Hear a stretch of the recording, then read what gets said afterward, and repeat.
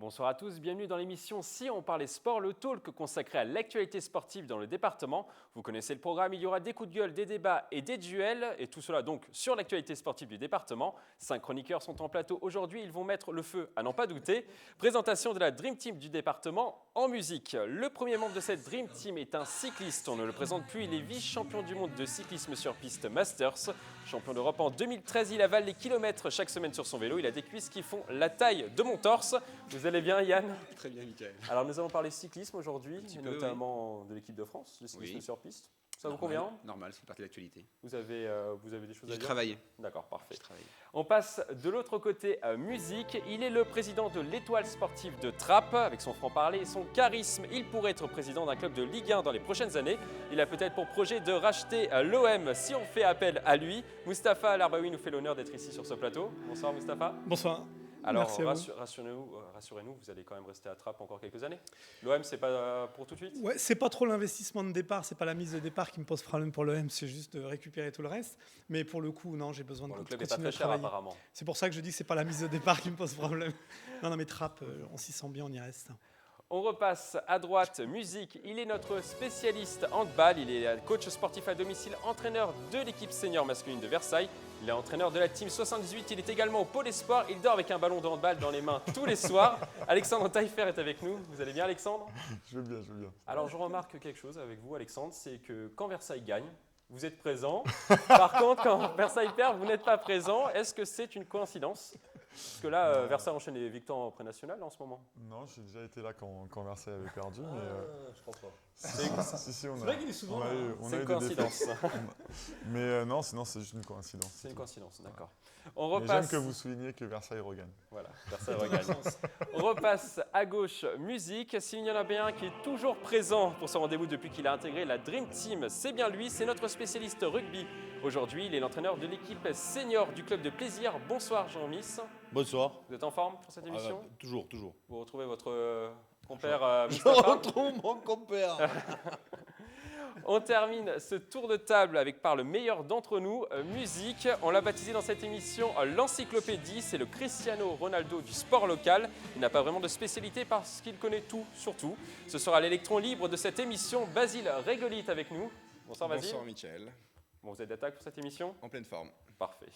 Alors, avant de passer aux différents thèmes de l'émission, une info rugby. L'équipe réserve de plaisir, s'est imposée le 3 avril dernier au stade Robert Barran sur le score de 96-0 contre l'équipe réserve de Lagrange Armentières. Une véritable démonstration collective. Dans la rencontre, l'équipe 1 de plaisir a également joué l'après-midi, 50-12 contre Armentières. En combinant les matchs de Fédéral 3 et de réserve, les 200 spectateurs élvinois ont pu voir plus de 140 points inscrits par leurs protégés ce dimanche donc après-midi. Jean-Miss, il fait bon être supporter de plaisir et un petit peu moins être supporter d'Armentières en ce moment?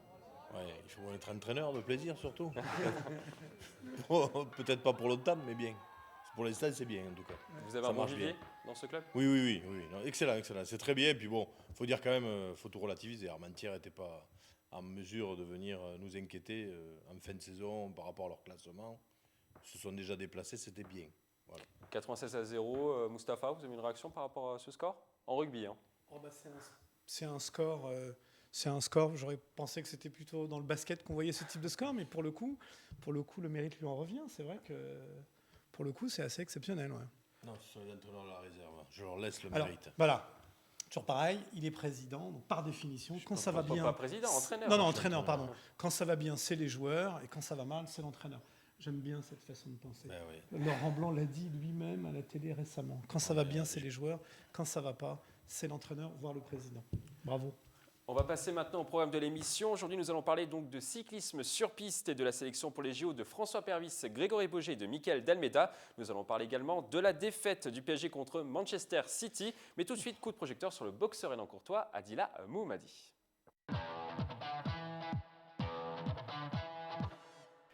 Très grosse déception pour Adila Mouhmadi, l'élan courtois, champion d'Europe des poids super moyens depuis mai 2015, s'est incliné à Liverpool contre le Britannique Callum Smith.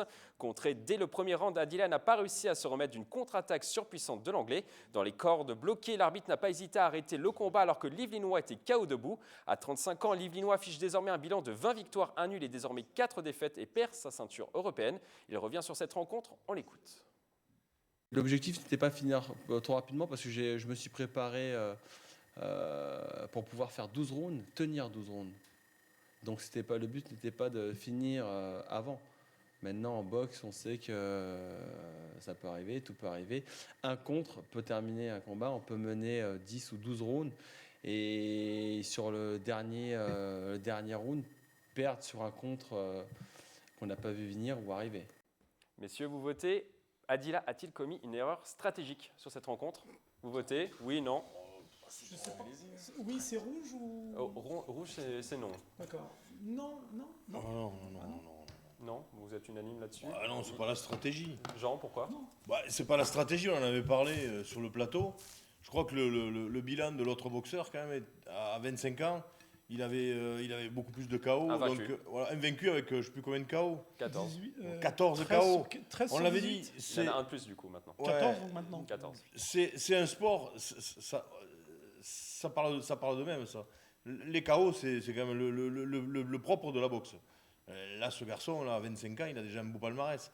Donc, on l'avait déjà dit sur le plateau, je pense qu'il était favori. Il a bien montré qu'il était largement au-dessus, quoi. Après, la boxe, c'est sûr, hein, il y a 1 minute 30, fallait pas arriver en retard, là. L'avantage, c'est que c'est voilà, on sûr, s'est hein. pas couché tard sur le coup. Ouais. Là, ça a été, Là, ça a fallait été pas très rater le rapide. truc. Il s'est couché vite, en effet. Maintenant, c'est vrai, c'est ce qu'on avait. Enfin, moi, c'est ce que j'avais dit. Peut-être que l'expérience du français se jouerait justement sur la durée du combat. Et là, voilà, l'anglais lui a pas laissé le temps de faire durer le combat. Il lui a. Il a un punch qui est plus. Et pourtant, je trouvais que sur la première minute, le français était dedans, quoi. Il y avait aucun problème. Et d'un seul coup, voilà, il en a pris une et puis c'était fini. Il n'y avait plus rien à faire. Vraiment impressionnant. Moi, j'ai été. Il est solide, quoi. J'ai été, heureusement, quand on voit les images au ralenti, heureusement que l'arbitre il arrête, quoi, parce que bon, voilà, D'ailleurs, Adila a dit Mais- qu'il avait eu raison d'arrêter. Hein. voilà. Ouais, mais là, on voit bien que c'est pas un seul coup qu'il a mis KO. On voit bien qu'il se, Ah non, il se prend une série de coups. Donc, je pense que tout simplement, il a été battu par plus fort que lui et que c'est pas une question de stratégie. Je pense qu'ils refont plusieurs fois le match. Il y a de grandes chances qu'ils perdent plusieurs fois.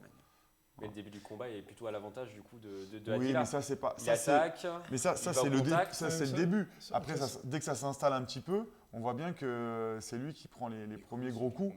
Et qu'on voit bien que c'est une série de gros coups, Ouais, qu'il n'arrive pas à s'en sortir. C'est pas comme si encore il avait fait une erreur, tout d'un coup il a oublié de se protéger et puis bim, il se prend une droite et puis terminé. Ouais, Là, on voit bien que c'est le contre, Mais c'est- quoi. il y a Le contre qui le met un peu dans les vapes, et puis après il s'en remet pas, quoi. Et l'autre il appuie, une puissance de hein. frappe chez l'anglais qui est, Et voilà. qui est vraiment au-dessus, quoi. Ouais. Il paraissait dessus. peut-être plus lourd, l'anglais. Vous n'avez pas eu ce Ah, il sentiment-là, est Yann? solide, quoi. Il est solide, hein. Ah, il a plus de punch, ça c'est Plus clair. Hein. athlétique. Un beau Plus de gamin, punch mais, et il a plus de KO, c'est Ce qui logique. est, ce qui est quand même Mustapha? ce qui est extraordinaire, c'est quand même la réflexion que fait le boxeur après. C'est-à-dire, j'avais prévu de durer 12 rounds donc.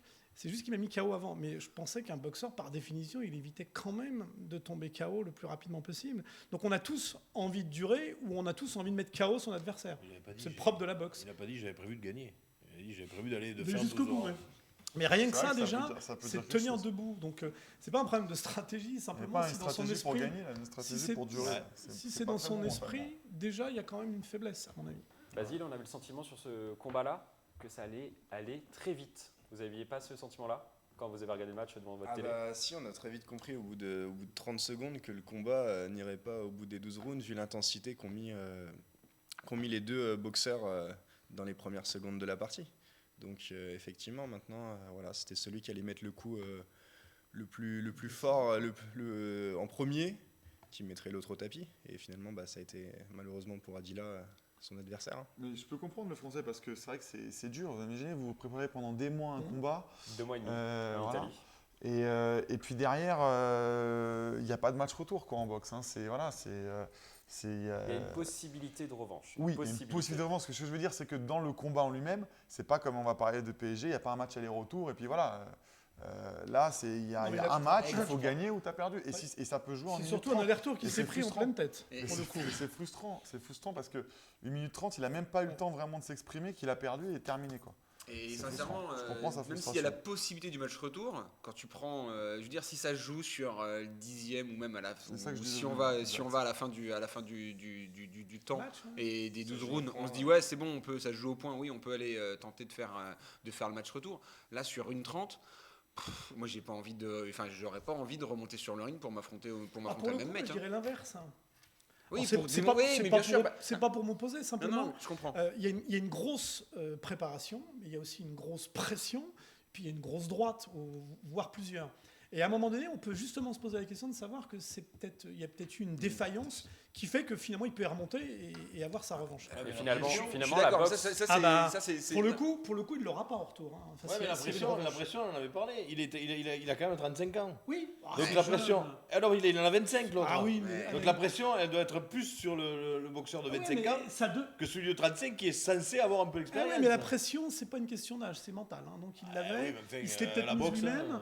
Et moi, ça me faisait penser un peu au combat de Tyson à sa grande époque, là, où tu avais des combats qui duraient 30 secondes, 1 minute. Quoi. Oui, bah c'est le Moi, principe. je suis d'avis de David de Yann, c'est que je pense que si on remonte sur un ring face à lui, Mais il y a quand même un ça gros durera peut-être traumatisme. un peu plus longtemps, mais- Il y a quand même je pense que s'il y a quand même un traumatisme. Après, je connais pas Non. Adila et donc je vais pas, mais enfin voilà, moi. Non, si on raisonne sportivement et non pas bagarre Bien de sûr, rue, il y a un moment où on veut avoir j'ai une pris une revanche. droite par un mec, je ne vais pas le revoir. Non. Là, il s'agit d'un sport, il l'a préparé d'une certaine manière. Il y a eu probablement une faiblesse, je veux le croire, psychique et psychologique sur la pression. Et pour le coup, étant un sport, il remonte et il montre son savoir-faire. En tout cas, Adila, à 35 ans, veut poursuivre sa carrière. On l'écoute. Ma carrière n'est pas terminée.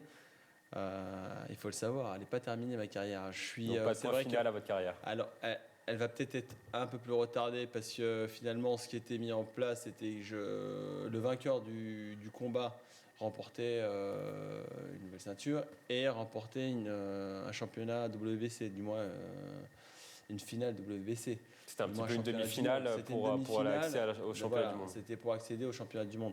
Maintenant, je pense que la team, du moins les promoteurs, ceux qui s'occupent du moins de ma carrière, vont mettre en place un futur combat qui me remettrait dans les classements. Basile, vous pensez que Adila peut devenir champion du monde après cette défaite? Le chemin va être. Il est motivé en tout cas. Il est motivé, ça fait plaisir à voir. Maintenant, le chemin va être encore beaucoup plus compliqué parce que maintenant, il faut retrouver un combat pour remonter dans la hiérarchie mondiale. Alors, a priori, c'est ce qui devrait se faire cet été. Derrière, il faut avoir à nouvelle fois une opportunité d'aller chercher la ceinture européenne pour ensuite accéder. Donc, faut bien attendre 1 ou 2 ans avant d'avoir cette nouvelle opportunité. Yann, physiquement, il peut tenir encore parce qu'il s'est préparé pendant 2 mois et demi. À 35 ans, il peut le refaire encore? Alors ça, on peut le faire encore même à 40 comme je suis en train de le vivre, comme je suis en train de comme je suis en train de le vivre aujourd'hui. Moi, à 40 ans, ça ne me fait pas peur de me lancer sur une préparation de plusieurs mois. Là, je prépare un objectif qui est au mois d'octobre et je le prépare depuis le mois de janvier cette année. Sauf que si je peux te permettre, il ne fait pas le même sport. Il fait pas le même sport. Il prend des coups, on est d'accord. Donc c'est un peu différent. Mais voilà, non, physiquement et psychologiquement, c'est pas parce qu'on a 40 ans qu'on n'est pas capable c'est vrai. de le faire. Là-dessus, pas de On va problème. mettre une droite sur le vélo, tu vas voir si tu vas pédaler moins vite. Maintenant, ouais, T'esquives sur le moi, la problématique que j'ai, c'est que je me dis là, vu que c'était une demi-finale, son adversaire va pouvoir lui combattre le champion du monde et peut-être obtenir le titre de champion du monde. Si Adila doit faire un combat pour un titre de champion du monde, ça veut dire qu'il va se retaper cet anglais. Parce que il est dominateur dans cette catégorie. Donc là, on revient sur la problématique de est-ce que je remonte sur le ring face à ce mec-là. Après cette page boxe, on passe au cyclisme sur piste. Un débat qui arrivera sans aucun doute, Yann. Encore pour moi.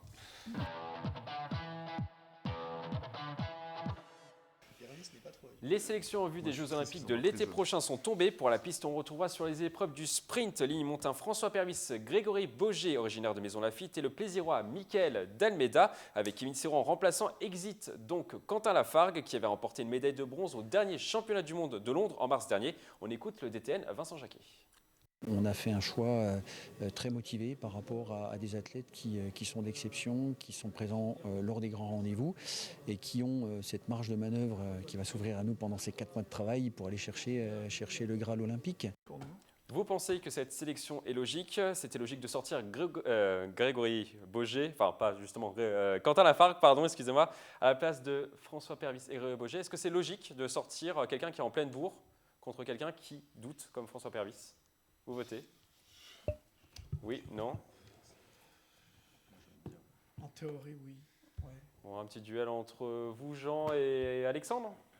Allez, c'est parti. Jean, vous commencez? Pourquoi laisse pas Yann quoi? C'est son boulot, ça.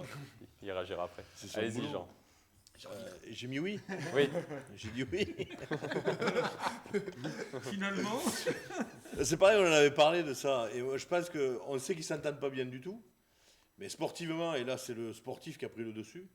Ils vont passer au-dessus de l'entente entre les compétiteurs, entre les cyclistes. Et ils pensent, et là, ça appartient au DTN, que c'est la meilleure composition qui est en mesure de ramener le plus de médailles à ces Jeux Olympiques, quoi. Voilà, tout simplement, moi, ce que j'ai à dire. Alexandre? Moi, je pense qu'il faut récompenser les meilleurs performeurs du moment. Parce que les JO, c'est pas dans 3 ans, c'est là bientôt. Donc, je vois pas pourquoi il y aurait tout d'un coup, là, en 3 mois, Oui, mais un changement parce que la personne d'avant avait gagné à l'époque. non, je Et suis en pas plus d'accord, de je suis ça, pas d'accord. et en plus de ça, ils s'entendent pas avec Oui, ses mais coéquipiers. c'est pas ça. Il Ça faut fait se quand même rappeler. double chose pour moi. Bon. Ouais, mais il faut se souvenir quand même qu'on prend comme référence les derniers championnats du monde, c'est ça? C'est ça, non? On prend en référence la carrière des Non, mais enfin, là, parce qu'on dit qu'il a fait des bons résultats au dernier championnat du monde. Quentin Lafargue. Comme fait Quentin Lafargue. Tout à fait. Sachant quand même, on l'avait dit, et c'est toi qui l'avais dit, qu'il faisait plus ou moins l'impasse les autres sur le championnat du monde pour préparer les Jeux Olympiques. Donc forcément, je pense que le DTN connaît bien le niveau de ces cyclistes, et je suis convaincu qu'il fait... Ben oui, non, mais je suis convaincu qu'il fait abstraction de la bonne ou mauvaise entente entre les compétiteurs, mais que pour lui, sportivement, c'est la meilleure formule, et que effectivement, je ne dis pas qu'il n'est pas bon, mais ses résultats sont plus du fait de l'impasse des autres que ses propres résultats. Moi, je me mets à la place de la personne qui n'est pas prise et qui a fait des meilleurs résultats que lui. Je me mets à sa place, honnêtement, je trouve qu'il y a une injustice folle. Et c'est tout, je me mets à cette place-là. Et c'est dire que lui, on va lui donner quand sa chance? Dans les années Non, mais 2030. tu es toujours obligé de faire des déçus, toi, au handball, quand tu fais la composition d'équipe. Il a 25 tu ans. fais toujours, il a 25 ans. Très bien, Donc, 25 bon, ans, c'est déjà âgé. C'est dans 4 ans, il Non, aura regardez 29 ans au Yann. prochain JO. Regardez Yann. Il aura 29 ans au prochain JO. Il aurait 20 ans, je veux bien, mais il a 25 ans. Donc, si on ne lui donne pas sa chance à 25 ans, on va lui donner quand? À 29 ans, quand il va commencer à être limite? Ouais, mais c'est le choix sportif. C'est le choix sportif du DTN. Mais évidemment, Pour moi, je trouve ça logique. Mais Voilà. pour moi, on récompense le meilleur du moment en compétition. Yann, Moi, c'est ce que je fais en tout cas. Et je suis pas sûr que ce soit le meilleur du moment. vous allez trancher, Yann? C'est les chronos. Qui a en tout raison? cas. C'est les chronos. Qui a raison? Pour moi, personne n'a raison Oh, aujourd'hui c'est sur le gentil. plateau. Même le DTN n'a peut-être pas La raison. langue de bois de... Non, Non, je vais pas faire de, je vais pas faire de Tout langue le de monde bois. a raison. Je vais pas faire de langue de bois. Je vais pas faire de langue de bois. Pour moi, aujourd'hui, on a mis une croix sur le titre de champion olympique en vitesse par équipe. Donc il y a une erreur de choix. Mais pas du tout. Bah. On est obligé, les cours. En fait, la problématique des Jeux Olympiques cette année, c'est que pour pouvoir participer à la vitesse par équipe, il faut participer aux épreuves de sprint individuel. Donc la vitesse individuelle ou le keirin. Si vous ne participez pas à ces épreuves-là, vous ne pouvez pas être sélectionné pour la vitesse par équipe.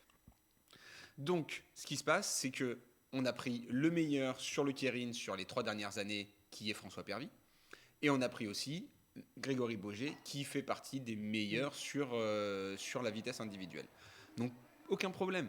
Je pense que François fera aussi la vitesse individuelle ou Michael Dalmeda fera aussi peut-être le keirin si on a le droit à deux participants. Je n'ai pas tout épluché pour regarder les règlements. Maintenant, donc pour moi, on a fait une croix sur la vitesse par équipe. On ne gagnera pas la vitesse par équipe et on ne sera peut-être même pas sur le podium de la vitesse par équipe.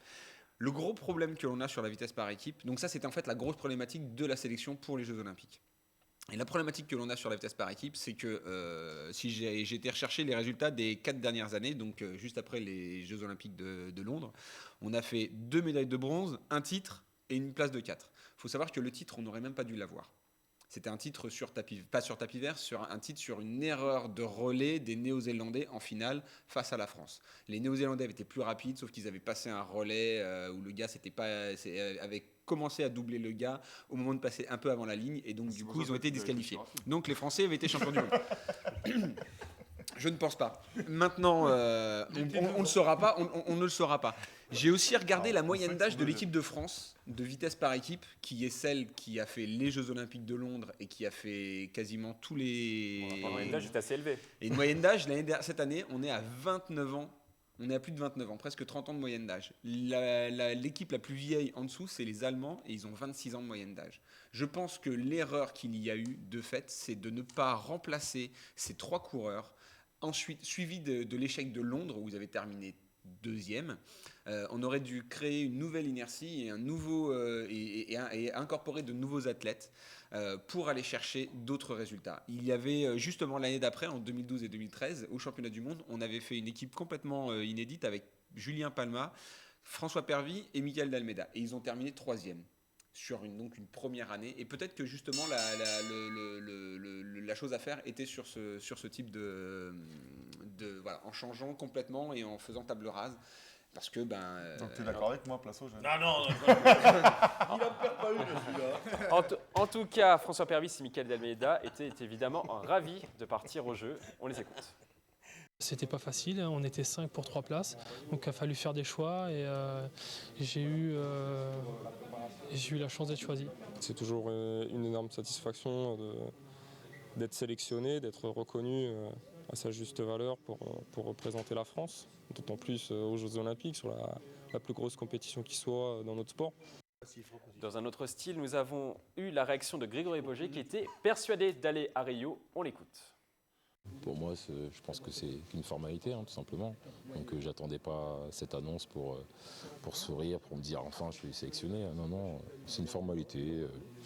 C'est plus pour la presse, pour les Français aussi, le fait de savoir quels coureurs qui vont pouvoir représenter les couleurs de la France sur ces Jeux Olympiques. Donc j'en fais partie et je dirais que c'est normal.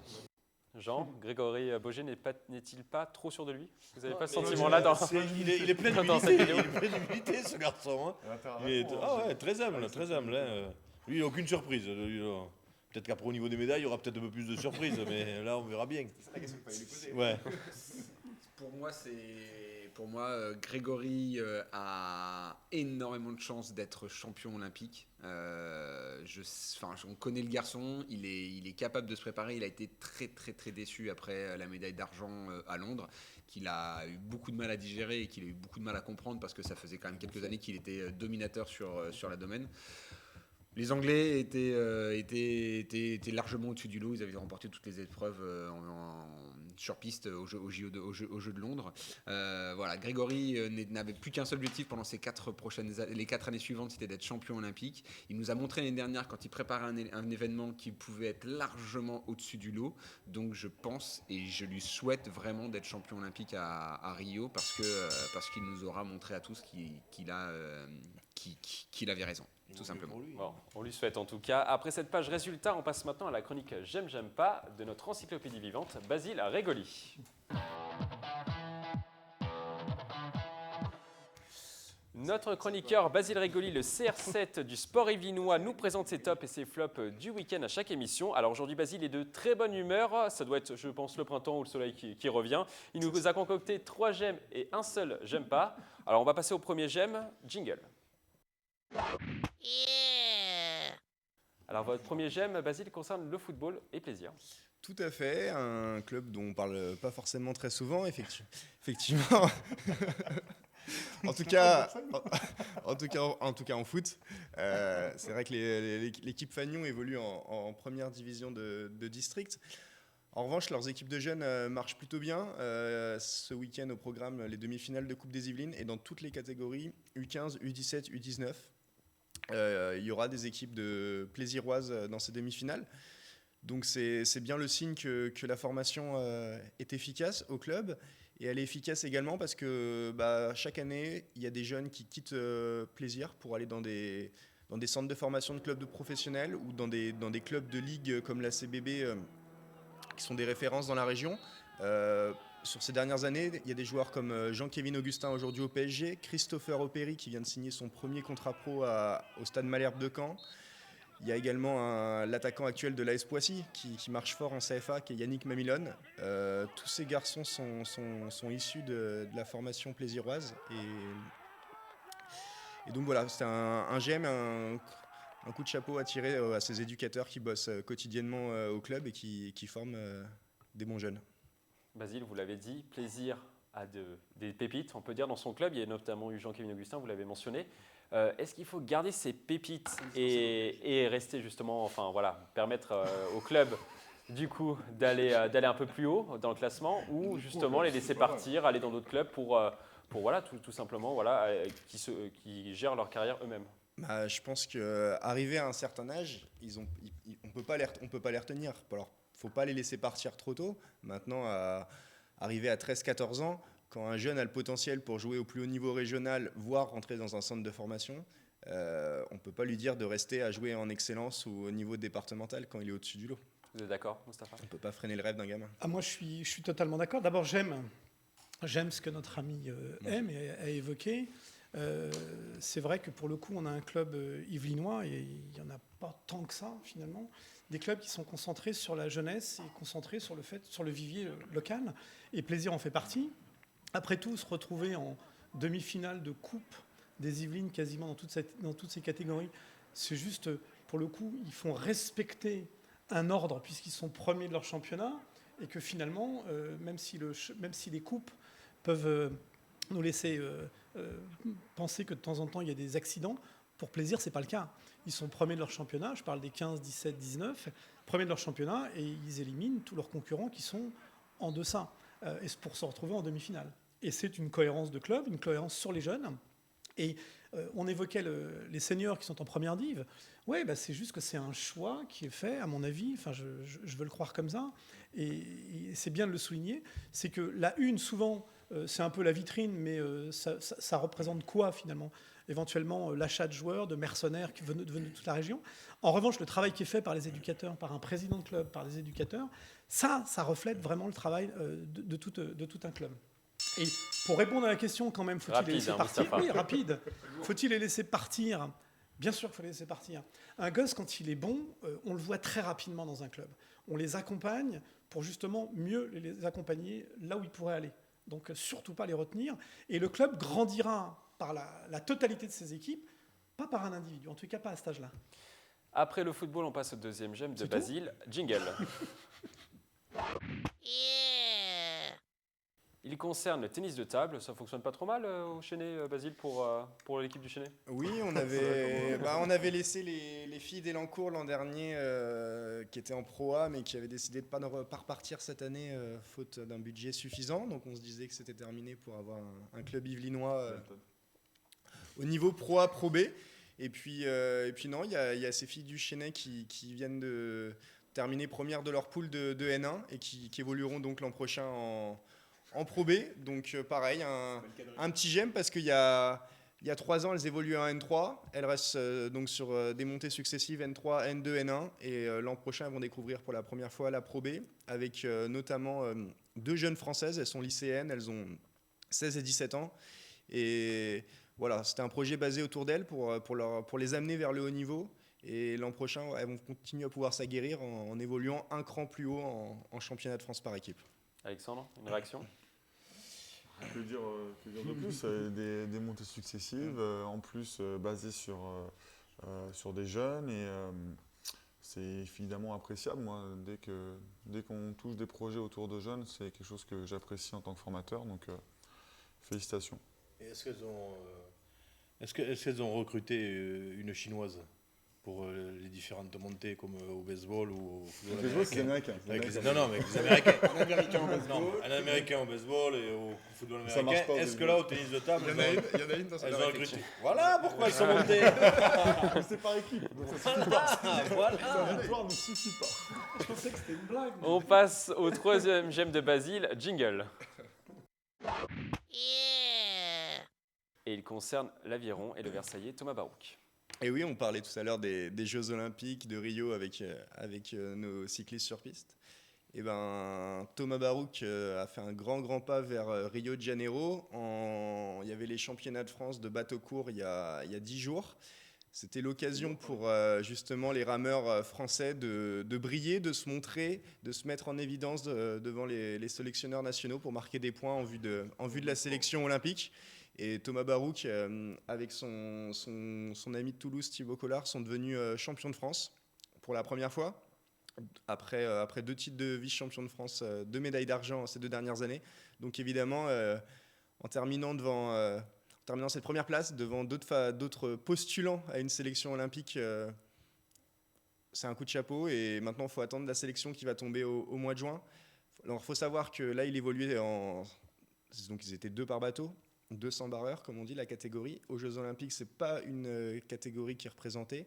Ça sera le 400 barreurs. Donc voilà, ils seront 4 dans le bateau. Donc il en manque 2. Voilà. Il faut qu'il trouve 2 bouquets. Et voilà, pour Thomas Barouk. Vous estimez à combien pour ses chances d'aller au JO? De trouver 2 personnes. De trouver 2 personnes. 4. Et dis-moi, 400, c'est pas trop pour un bateau? Ouais, on va dire 99% de chance, sauf pépin physique. Aujourd'hui, c'est positif, Yann. Aujourd'hui, il a prouvé qu'un Lippinois parte au JO. Un de plus, on va dire. Un de plus. Ouais, bien sûr, c'est bien. Nous, ça nous permettra de discuter à la rentrée pour voilà, ça va nous faire bien sûr, tout à fait. Donc plus il y en a, mieux on est content. On passe à présent au J'aime pas de Basile. Jingle. Oh no! Et on va parler du Sky Rugby qui connaît une fin de saison rageante. Basile, on peut le dire. Il faut le dire, les Saint-Quentinois ont fait un véritable sans faute durant leur saison régulière. C'était 14 matchs, 14 victoires. Ils se sont retrouvés lors de la deuxième phase à devoir affronter Goussainville sur un match sec. C'était simple, le vainqueur montré en honneur. Et pas de chance pour les Saint-Quentinois, alors qu'ils étaient en tête à la pause. Ils ont fini par s'incliner en fin de seconde période et vont donc devoir rester une année supplémentaire en promotion d'honneur. Donc effectivement, c'est rageant de ne perdre qu'un match dans la saison et de ne pas pouvoir monter sur cette dernière rencontre. Jean, c'est une véritable désillusion quand on domine autant son championnat et qu'au dernier moment on s'écroule. Il domine bien son sujet, surtout. Ouais. Non, je croyais avoir fait une plaisanterie à Basile parce qu'il m'avait demandé le score de Goussainville. Saint-Quentin à Yvelines. Il a inversé. Et non, pas du tout. Et au hasard, je lui ai dit, c'est 20-17, j'ai vérifié. Et sans me faire exprès, j'ai donné le bon score. Voilà. Donc c'est pour ça que j'avais préparé l'ardoise en disant que c'était pas le bon score que je lui avais donné. Mais bon, c'était là pour refermer la parenthèse. Sinon, c'est le championnat qui veut ça en territorial au niveau rugby. C'est le championnat qui veut ça. C'est pas, ils finissent premier, mais après ils ont une poule de brassage, si ma mémoire est bonne à ce niveau-là. Ils tombent dans une poule de brassage et c'est là où il faut gagner. C'est pas finir premier dans la première phase, parce qu'ils prennent les 2 premiers, donc finir premier là, ils savaient pertinemment, ça les garantissait pas de monter, et c'est après qu'il faut là mettre un coup de collier et finir premier pour monter. Comme en Pro 14 où il faut top 14, ouais. pardon. Excusez-moi, je confonds basket et rugby. Non mais top 14 tu montes pas parce que non mais tu montes pas, mais il faut faire partie des 4 pour pouvoir être dans le. Oui mais c'est assez compliqué puisque On a perdu tous les téléspectateurs. On a perdu tout le monde.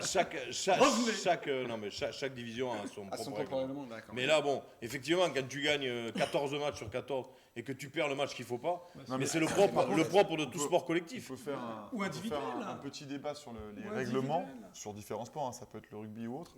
Moi, ça me gêne toujours quand on finit un championnat premier et qu'à la fin on ne monte pas. Personnellement, ça me gêne. Alors, il y a des règlements qui sont comme ça.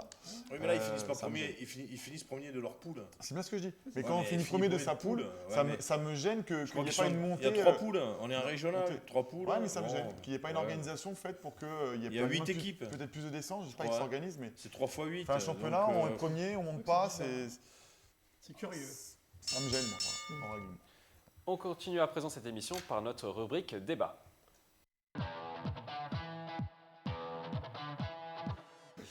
Le centre d'entraînement de l'équipe de France Clairefontaine situé dans les Yvelines à côté de Rambouillet s'offre un lifting. À 2 mois de l'Euro 2016, un nouveau bâtiment a été inauguré ce vendredi 8 avril en présence du secrétaire d'État chargé des sports Thierry Braillard et du président de la Fédération française de football Noël Le Graët. La structure de 5200 mètres carrés abritera notamment la direction technique nationale et les centres de conférences. Dans cette rénovation, les terrains ont également été refaits. Le centre médical a été amélioré pour l'Euro. On écoute Noël Le Graët, le président de la Fédération française de football. Pour les joueurs, ceux qui viennent s'entraîner, il faut qu'ils aient des qualités de terrain aussi bonnes que dans les grands clubs. C'est des joueurs de haut niveau. Donc aujourd'hui, l'effort a été fait sur tous les terrains. Ils ont un gazon neuf, exceptionnel, qualitatif. Donc ça, c'est important. Ensuite, au niveau médical, on est bien équipé. Au niveau technique, au niveau récupération, on est parfaitement équipé. Je pense qu'on est au niveau de satisfaction pour des joueurs de haut niveau. C'était nécessaire de rénover le centre de Clairefontaine pour l'Euro. Vous votez, oui ou non? C'est toujours pareil. Non, ok. Un petit débat entre vous, Mustapha et Yann. Allez, petit débat. Vous commencez, Faut Yann? chronométrer alors. Le duel le plus long. Le plus passionnant, on va dire. faire court. On va dire le plus passionnant. On va commencer tout de suite. Pour moi, d'une, j'ai jamais eu l'honneur d'aller à Clairefontaine, donc je pouvais pas voir quelles étaient les installations avant. J'ai vu une invitation. Moi, je vais débattre avec quelqu'un qui ne connaît pas le sujet. Voilà, qui connaît pas le sujet. Moi, je veux bien. Et donc, ils ont l'argent pour le faire, tant mieux. Voilà. Maintenant, est-ce qu'ils pouvaient pas l'utiliser pour faire d'autres choses et au lieu de récompenser encore l'élite, s'occuper de faire de la formation, de plein d'autres choses. Maintenant, ce ne sera pas que pour l'élite, peut-être que d'autres. Il n'y a pas que l'élite. Voilà, il n'y a pas que l'élite, mais c'est quand même tous nos. Les équipes de tous nos France, représentants. 17. Voilà, mais voilà, c'est par quand même exemple. l'élite. C'est quand même l'élite des U17 qui est à Clairefontaine. Et après, il y a quelques visites de temps en temps. Voilà, mais donc voilà, est-ce qu'il ne faut pas peut-être s'occuper de se dire ces enveloppes qu'on peut utiliser pour améliorer le quotidien de nos meilleurs. Si les footeux pouvaient Alexandre, redistribuer on un va pas petit peu interrompre un aux duel. autres sports. Yann finit. Surtout. Et donc Yann, voilà, et rebalancer à des districts ou qui peuvent avoir besoin de ces financements, de ces financements pour pouvoir faire avancer quelques projets X ou Y. Quoi. Voilà. À vous, Mustapha. D'abord, je commencerai par dire que j'adore le vélo et j'adore tous les gens qui gravitent autour du vélo et de tous les sports en particulier, le vélo. Concernant le centre, hormis les images qui laissent plus à penser à un centre de Thalasso avec le centre médical de remise en forme et hormis les images qui laissent à penser que c'est pas tellement pour du sport, bien sûr que quand on peut rénover, il faut le faire. Curieusement, autour de cette table, on passe notre temps à faire l'éloge des Yvelines, c'est-à-dire à chaque fois que les Yvelinois sortent du lot et vont à l'international, vont vers le haut niveau, on s'en félicite. À chaque fois que la France réussit, on s'en félicite. Mais pour qu'on puisse s'en féliciter d'autant plus, il faut aussi s'en donner les moyens. Alors là, on a les moyens, il ne faudrait pas les mettre. Si on considère que les moyens peuvent aider aux performances, dans ce cas-là, soyons logiques, on a les moyens, faisons-le et associons-le aux performances. Ou alors, il faut dire qu'il n'est pas nécessaire d'avoir des moyens pour avoir des performances, ce qui est mon cas, puisque quand on fait de l'éducation avec nos enfants, auquel cas on parle de sport, plutôt de sport amateur, effectivement, ce n'est pas corrélé. Mais à ce niveau-là, il est nécessaire, quand on en a les moyens surtout, de le faire. Parce que de toute façon, ça n'ira pas ailleurs, ça n'ira pas ni dans un autre sport, ni même au sport amateur. Donc je pense qu'il faut le faire au moins pour le drapeau, au moins pour la nation, au moins pour la France et au moins pour l'élite. Donc tu penses que Clairefontaine en a besoin alors? Mais je pense surtout besoin de Clairefontaine comme toute structure qui permettra de faire avancer ce sport et l'image de ce sport. C'est pas simplement Clairefontaine. Alexandre, rapidement. Politique, c'est que la présidente de la Fédé et les dirigeants ne sont pas stupides. Il y a l'euro, ils viennent taper aux portes de l'État. Il y a l'euro, on aimerait un peu de sous, et puis comme ça on en profite. Et la rénovation de Clairefontaine, elle coûte moins cher l'année où il y a l'euro que dans un an, dans 2 ans, dans 3 ans, dans 4 ans. C'est tout, c'est juste ça. C'est une opportunité, ils en ont profité. Peut-être qu'il n'y avait pas nécessairement besoin cette année, mais de toute façon il y aura besoin à un moment donné. Donc là, ils profitent de l'argent de l'État pour financer une partie de Clairefontaine. Pour conclure le débat que j'ai mené contre Yann et que j'ai amplement mérité de gagner, il est évident que par exemple, on se félicite d'avoir les JO en France, par exemple, une Coupe d'Europe, pour rénover les installations. C'est-à-dire qu'une compétition internationale permet de rénover nos installations. Je tiens à dire que l'Irlande sera... Merci d'avoir effectivement donné tous les points. Moustapha, vous avez parlé de Thalasso. Est-ce qu'on ne les met pas trop dans le confort, finalement? C'est pour ça que je disais c'est pour ça que je disais tout à l'heure, on peut avoir ce débat sur le fait de savoir si on peut corréler les performances avec les moyens. C'est un débat qu'on peut avoir. D'ailleurs, les 2 équipes de foot dont on va parler, j'espère, parce que j'aimerais bien qu'on parle un peu de foot, parce qu'on parle un peu trop de... C'est typiquement français de dire on les met dans un confort. Machin. On va aux États-Unis, je peux vous dire qu'ils ne sont pas dans ce prix-là. Ils mettent le max possible tout le temps. Arrêtons d'être le jouer petits joueurs. C'est parce qu'on va se traîner la gueule dans la boucle, on va être meilleur. À un moment donné, il faut aussi donner des infrastructures correctes. Ça ne nous empêchera pas de nous traîner dans la boue aussi. On n'a pas fait la démonstration que c'était corrélé, mais le plus peut le moins. La preuve. En tout cas, pour réaliser ce centre, Didier Deschamps et la Fédération française ont demandé l'avis des joueurs. On écoute Didier Deschamps, le sélectionneur des Bleus. Il y a des échanges, bien évidemment, par rapport aux besoins qu'ils peuvent avoir. Et après, c'est en discussion aussi avec mon staff. staff technique et staff médical. Et après, évidemment, c'est toujours validé par la fédération par rapport au coût des travaux, mais on a toujours eu des personnes à l'écoute pour faire en sorte de nous mettre dans les meilleures conditions. Jean, il faut répondre à la demande des joueurs. À la demande des joueurs, non, pas toujours, parce que surtout dans le milieu du football quand même, en plus, où déjà on en fait déjà largement assez sans qu'ils demandent rien, c'est pas aux garçons. Donc, je tiens à préciser que j'aime beaucoup le rugby aussi. Ouais. Non, je pense qu'ils n'ont pas besoin de demander. C'est un des sports où ils n'ont pas besoin de demander, les gens anticipent pour eux, donc ça va très bien. J'ai une info de Thierry, Benzema ne sera pas invité à Clairefontaine pour l'inauguration de... Ça sera le mot de la fin sur ce thème. On passe maintenant à notre deuxième thème. Il concerne également le football. Nous allons revenir sur l'élimination du PSG contre City en Ligue des Champions. Je vous rappelle le score. 2 buts partout à l'aller au Parc des Princes, c'est 1-0 au retour pour City avec un magnifique but du Belge Kevin De Bruyne. Ces défaites est-elle une vraie claque pour le PSG? L'équipe a mis en une. Quel fiasco? Vous êtes d'accord? C'est un fiasco? Alors, je vais... non mais si je veux être sûr de prendre la parole, autant que je m'affronte à mes collègues. Mustapha contre Basile. Allez, contre Basile. Vous commencez, rapide. On va laisser la parole à Basile. Ah ok. Bon. Non, Mustapha plutôt. Commencez Mustapha. Alors pour le coup, je trouve que ça met en évidence deux choses. La première, c'est le championnat national. Pour le coup, j'ai l'impression que le PSG a joué toute une saison, voire plusieurs saisons, avec des équipes qui n'étaient pas de son niveau. Je me demande à quel point on peut penser qu'ils se sont réellement entraînés pour le haut niveau. Donc finalement, ça met plus en évidence, de mon point de vue, la faiblesse d'un championnat, plus que la faiblesse du PSG. C'est-à-dire qu'on a toute une année de préparation physique, technique, psychique, mais en même temps, il n'y a pas autant de matchs de ce niveau. Donc finalement, ça met ça un peu en évidence. Ça, c'est le premier point. Et le second point, dire que c'est un fiasco, je pense que ça l'est également pour le Barça, puisque par définition, le Barça, qu'on n'imaginait absolument pas perdre à ce niveau de la compétition, a perdu. Donc il faut au contraire remettre un peu de modestie dans ce sport, faire probablement une corrélation, si je peux me permettre, mon ami, une corrélation entre le goût qu'on a, nous, des grosses équipes, et puis finalement se rendre compte que sur un match, on peut faire tomber une équipe. Comme toutes les coupes et comme tous les championnats. Donc voilà, deux choses. Fin du temps imparti. Mustapha, Basile, à vous. Alors, le terme fiasco est peut-être un peu fort, mais on peut vraiment parler d'un échec. C'est la 4e année qu'ils butent sur ces quarts de finale. L'objectif était clairement annoncé, c'est d'aller chercher une finale et remporter cette Coupe d'Europe. Cette année, ils avaient vraiment la possibilité de faire quelque chose. Ils ont gagné le championnat avant même les quarts de finale pour la première fois. Avant même d'avoir commencé.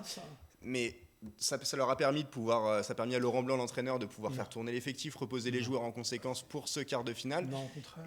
Et au final, le vrai échec, il est sur ces deux matchs. Les joueurs du PSG n'ont pas été à la hauteur de ce qu'on pouvait attendre, du potentiel de cette équipe, du potentiel de ces joueurs.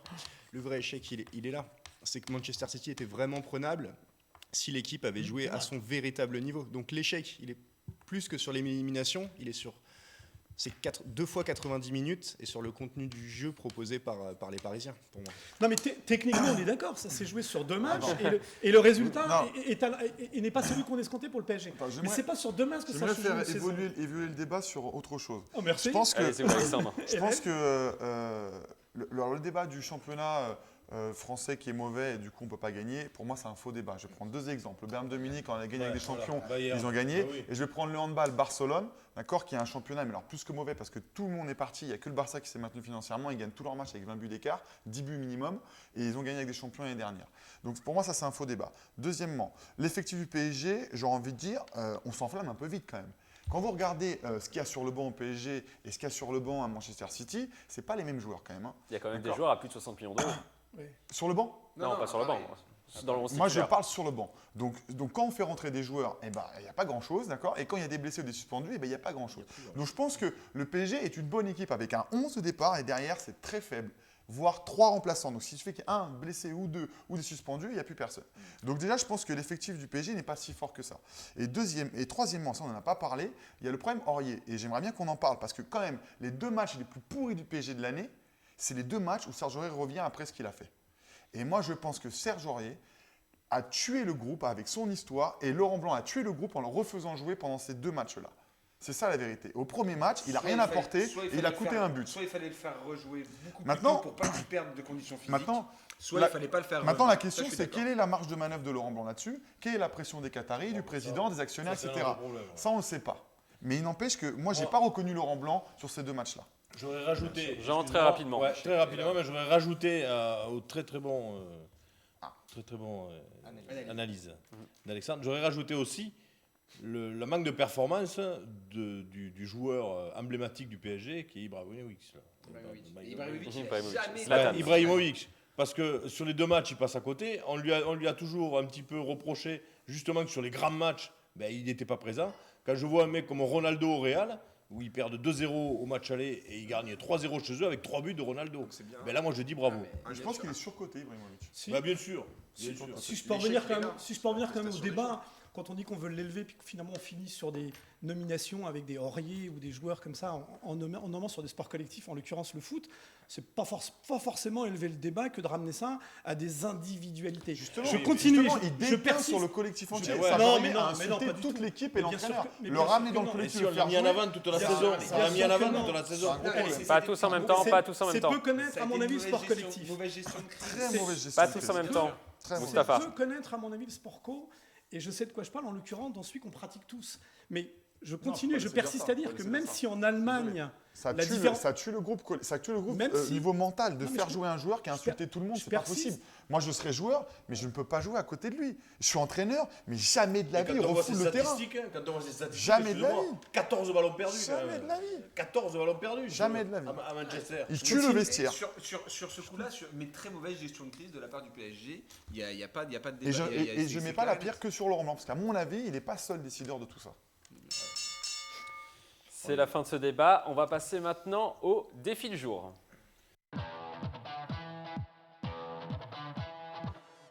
Le défi concerne aujourd'hui l'athlétisme. Les perchistes du club de Versailles se sont prêtés au jeu. Le but, sauter à la perche dans un cerceau à plusieurs mètres du sol. Les sportifs s'en sont plutôt bien sortis à regarder. Itier, je suis au club de l'Union athlétique de Versailles. J'y suis depuis 13 ans et mon surnom est Tiettier. Hubert, j'ai 16 ans. Je fais de l'athlétisme depuis 5 ans et je suis licencié au club de Versailles et on m'appelle Bubu. Pierre-Louis, je suis licencié au club depuis 4 ans et mon surnom c'est Pilou. Nathan, j'ai 16 ans et ça va faire 3 ans que je suis licencié ici. Mais vous pouvez m'appeler Nat. Olivier, j'ai 17 ans, ça fait 3 ans que je suis licencié au club de Versailles. Vous pouvez m'appeler Olive.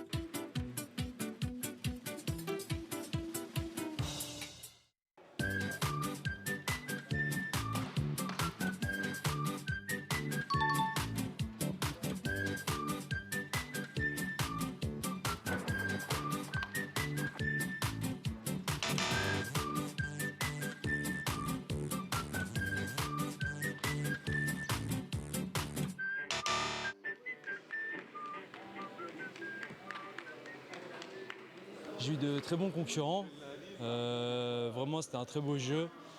Et je pense qu'on réussira ça une autre fois. Je mérite ma victoire, mais je pense qu'on aurait pu tous faire mieux. J'ai déjà une première compétition demain, donc c'était un bon entraînement. Et il y a les interclubs là, qui arrivent après les vacances. C'est un bon début.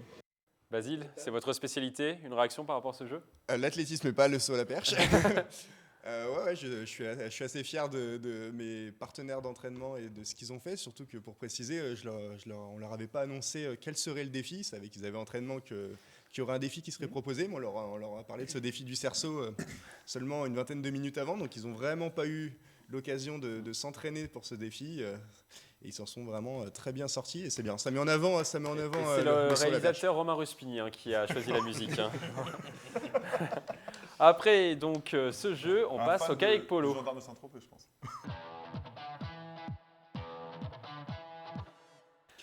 Aujourd'hui, coup de projecteur sur une discipline presque inconnue en France, le kayak polo. La discipline est un mélange entre le hockey, le handball et le basketball et tout cela sur l'eau. On joue sur un terrain de 35 mètres de long et 20 mètres de large et les matchs opposent 2 équipes de 5 joueurs. Messieurs, que pensez-vous de ce sport? Moustapha, vous pourriez être adepte du kayak polo? Pour le coup, je vais retirer le presque inconnu, je ne connaissais pas, donc voilà, je vais être crédible encore, parce que quand je parle foot, je sais de quoi je parle, contrairement à certains, mais je veux rester crédible, je ne sais pas de quoi on parle, je découvre. Mais ça me fait plaisir de découvrir un sport encore. C'est un peu de rugby là. Il y avait un bout de rugby là. Il y a un peu de rugby également. Yann, vous, ça vous tente ce style de sport? Alors moi j'ai pas de bras, donc pas de bras, pas de chocolat. Ça me tente, non pas du tout. J'en vois pas l'intérêt. Ça a l'air très brouillon. Maintenant s'ils s'amusent avec ça, tant mieux pour eux. Voilà, non, tant mieux. Maintenant, peut-être que ce week-end, étant donné que je m'entraîne sur Saint-Quentin-en-Yvelines et sur le Vélodrome, j'irai peut-être faire un tour pour voir une démonstration ou la compétition qui aura lieu sur la base de loisirs ce week-end. Tout à fait. Oui, c'est ça. Le 17 avril, donc sur l'île de loisirs de Saint-Quentin-en-Yvelines. Voilà. Si vous voulez assister, il y a. C'est libre. Avec les pagaies, comme ça, vous pouvez arrêter là. Une réaction, Alexandre, par rapport à ce jeu? Je sais pas. Moi, j'ai toujours l'impression qu'il faut que maintenant c'est la mode, quoi. Il faut qu'on mette 36 sports en même temps et qu'on en fabrique un. C'est la mode, quoi. Bon, ce sport date quand même du Pourquoi 19e siècle. Pourquoi pas? Et la première compétition nationale date des années 80. Vous êtes sûr de 19e siècle. 19e siècle. Bah écoutez, franchement, c'est un sport très méconnu. Pour le coup, là honnêtement. Physiquement. Il faut quand même du physique quand même pour faire ce sport. Ah mais on peut inventer plein de choses, et puis ça peut être physique. Au 19e siècle, là, ils jouaient avec quoi? Avec un poisson?